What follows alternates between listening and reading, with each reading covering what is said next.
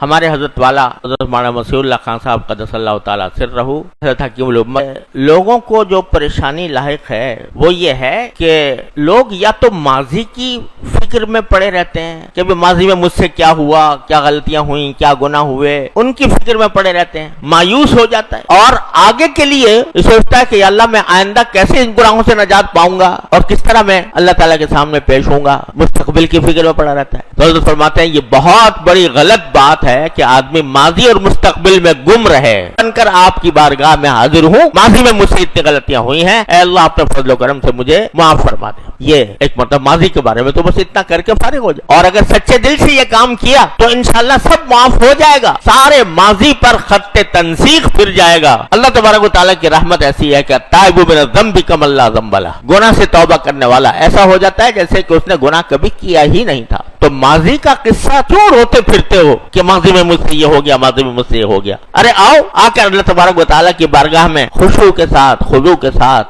عاجزی کے ساتھ، تضرع کے ساتھ اللہ تعالیٰ سے معافی مانگ لو تو ختم ہو جائے گا، سب ماضی کا دفتر بند ہو جائے گا۔ اور حال کو درست کر لو، یعنی اس وقت جو وقت گزر رہا ہے اس وقت مجھ سے شریعت کا، سنت کا کیا مطالبہ ہے وہ درست کر لوں، جو مجھ پر فرائض ہیں وہ ادا کروں، جو محرمات ہیں، ناجائز کام ہیں، ان سے حال میں رک جاؤں، ماضی کو چھوڑ دو، جو کچھ ہو گیا ہو گیا، توبہ کر کے فارغ ہو جاؤ، پھر یاد بھی نہ کرو اس کو۔ حضرت تھانوی رحمۃ اللہ فرماتے ہیں کہ یہ بہت غلط بات ہے کہ آدمی کسی گناہ سے توبہ کرے اور توبہ کرنے کے بعد پھر یاد کرتا رہے کہ ہائے مجھ سے یہ ہو گیا تھا، ہائے مجھ سے یہ ہو گیا تھا۔ ارے کیوں؟ جب اپنے معاملہ تم نے اللہ تعالیٰ کے حضور حاضر ہو کر توبہ کر کے استغفار کر کے صاف کر لیا، اب فضول کیوں ماضی کی طرف جاتے ہو؟ کیوں یاد کرتے ہو کہ مجھ سے فلاں وقت کیا گناہ ہوا تھا؟ مت یاد کرو۔ ہاں، جس کام کی تلافی ذمہ ہے تمہارے وہ حال میں پوری کر لو۔ اگر کسی کا حق مارا ہے حق ادا کر دو، اگر کوئی نمازیں رہ گئی ہیں نمازیں قضا کر لو، روزے رہ گئے ہیں روزے قضا کر لو۔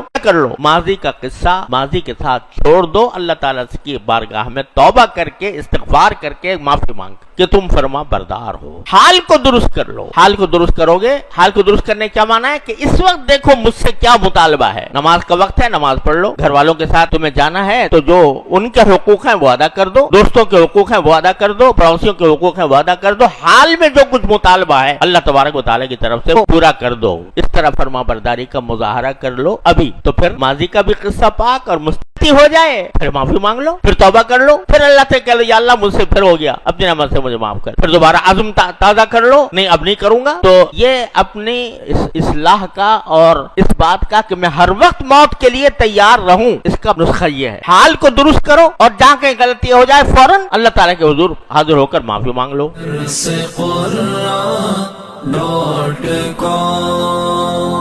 www.darsequran.com